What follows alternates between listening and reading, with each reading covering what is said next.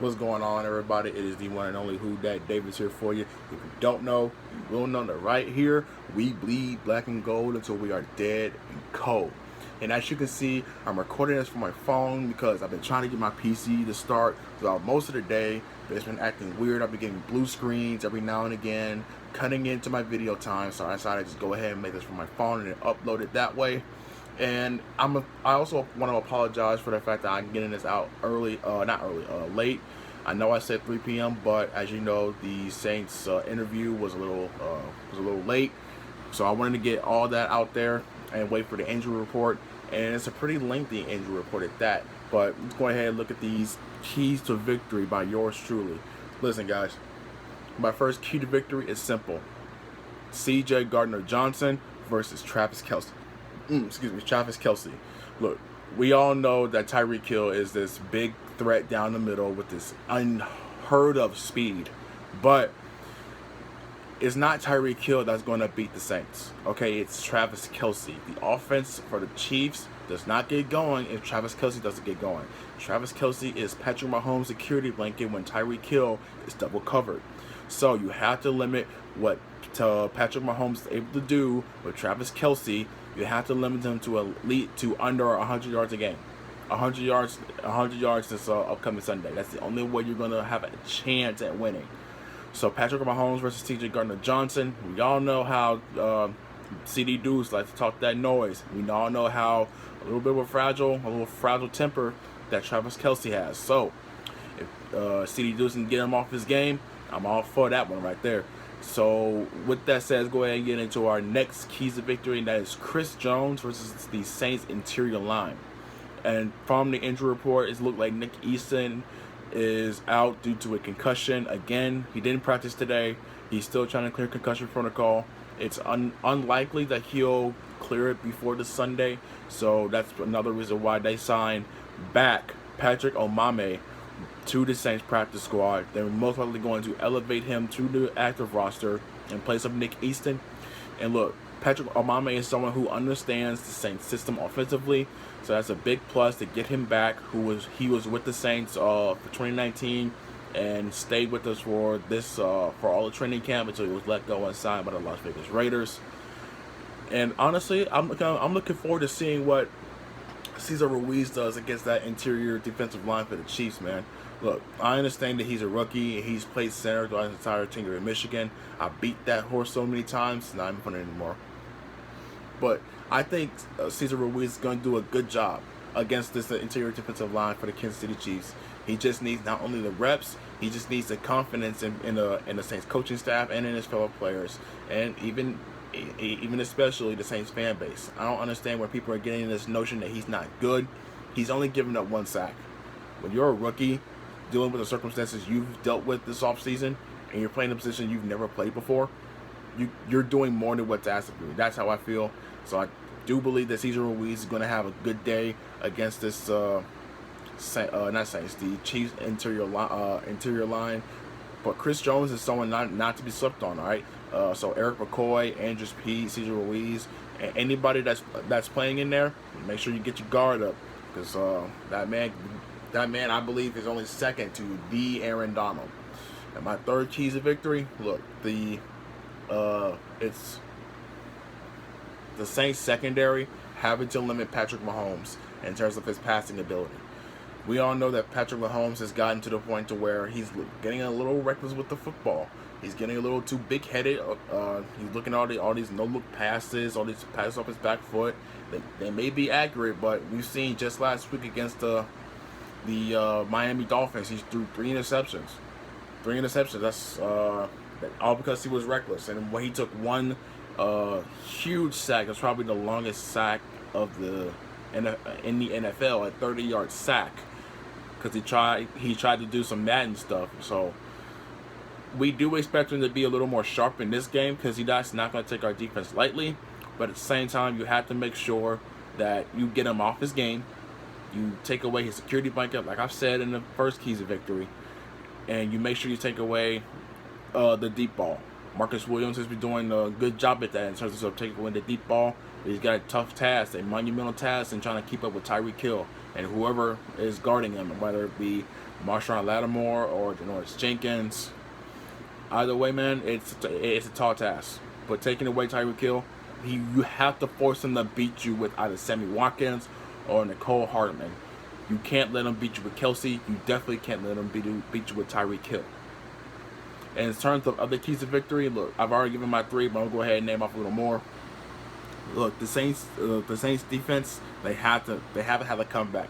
They have to have a comeback performance in terms of stopping the run. Clyde Edwards-Helaire is someone who's shifty. He's able to get small, get between the tackles, find running lanes for himself. He's like a hybrid of Alvin Kamara and Mark Ingram in his prime. He's not only is he shifty, but he's hard to get on the ground.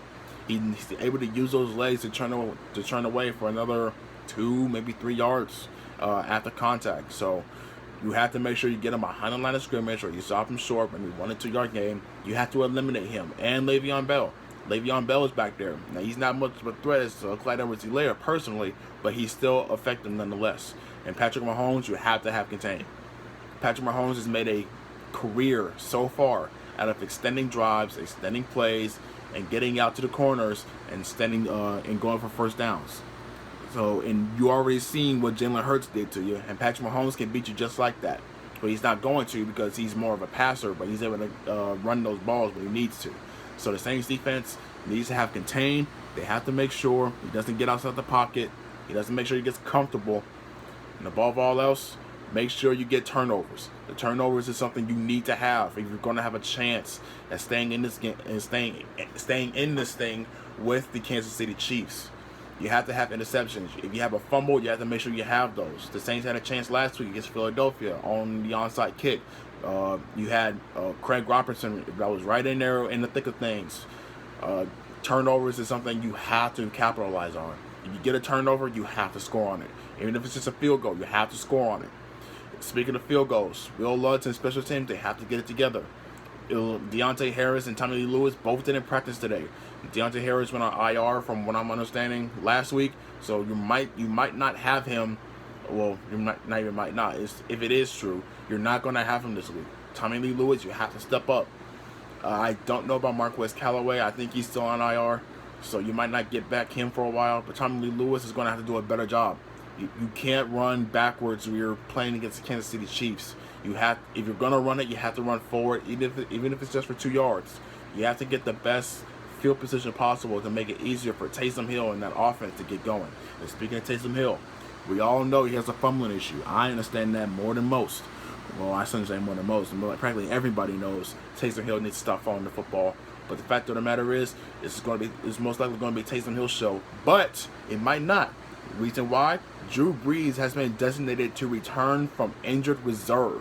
He didn't have an injury designation today because of that, but it looks like he's going to have an injury designation tomorrow. He's definitely going to be limited at the very least. But it is a promising sign that Drew Brees is on the plus side, on the upside to come back and most likely even play. You don't know. But it is a promising sight. Having Drew Brees out there is going to give this team a lot of confidence that they can actually hang in there with the Kansas City Chiefs offense. The offense is more scary than their defense, even though they do have Tyrann Mathieu and Chris Jones and even Daniel Sorensen at the linebacker position. They don't have a lot of pieces on the defensive side that make you worry about them having an INT or a turnover. So this Saints wide receiver core led by Michael Thomas and Emmanuel Sanders, that's a dual threat. They should have a good game.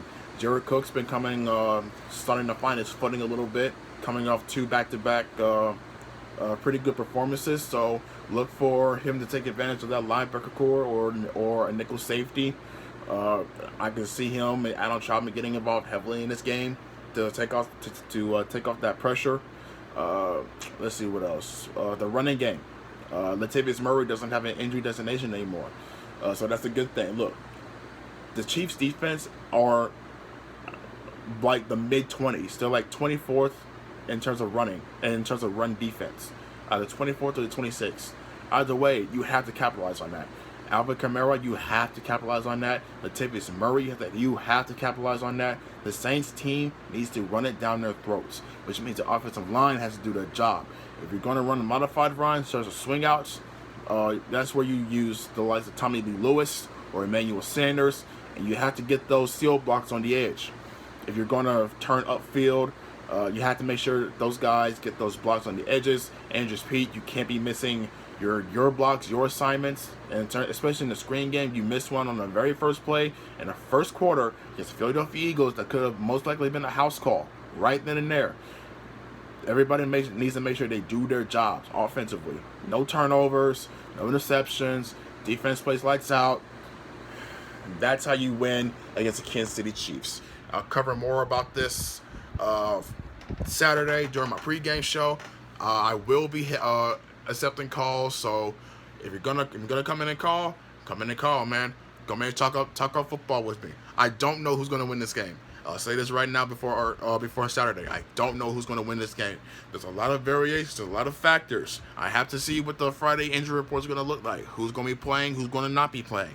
It's a big thing. But right now, I'm going to say I don't know, man. But it's going to be a good game. I can say that. I know the Saints defense is going to have a turnaround game. Because they're looking to avenge that the poor performance against Philadelphia, giving them the 2 100-yard rushers. I'm looking forward to it, man. It's something really special to watch. So look ahead for this Saturday, man. I'm looking forward to it. I'm looking forward to talking shop with all. I may have a guest. I may have TJ Jones. I may have someone from WDN Chatline Podcast. I may have another fan who wants to have a guest, who wants to be a special guest. Look, if you want to be a guest on the State of Black and Gold podcast, you know what you need to do. Just hit me up in the comment section on Twitter, or DM me on Twitter, or DM me on Facebook. Let me know you want to be a guest, and I'll pencil you down. We'll get something worked out. But that's it. That's all for right now, man. Look, just a reminder, for those who don't know, I'm saving you up to get a green screen back here. You see all this back here? It's not good, man. I want to have a green screen to cover all this up. So help your boy out. If you want to donate, look, every donation, even if so much as $1, I really appreciate it, guys. Let's go ahead and make this platform as big and as the best as it can be. Until Saturday, folks, remember, we bleed black and gold until we are dead and cold. I'll holler at y'all later.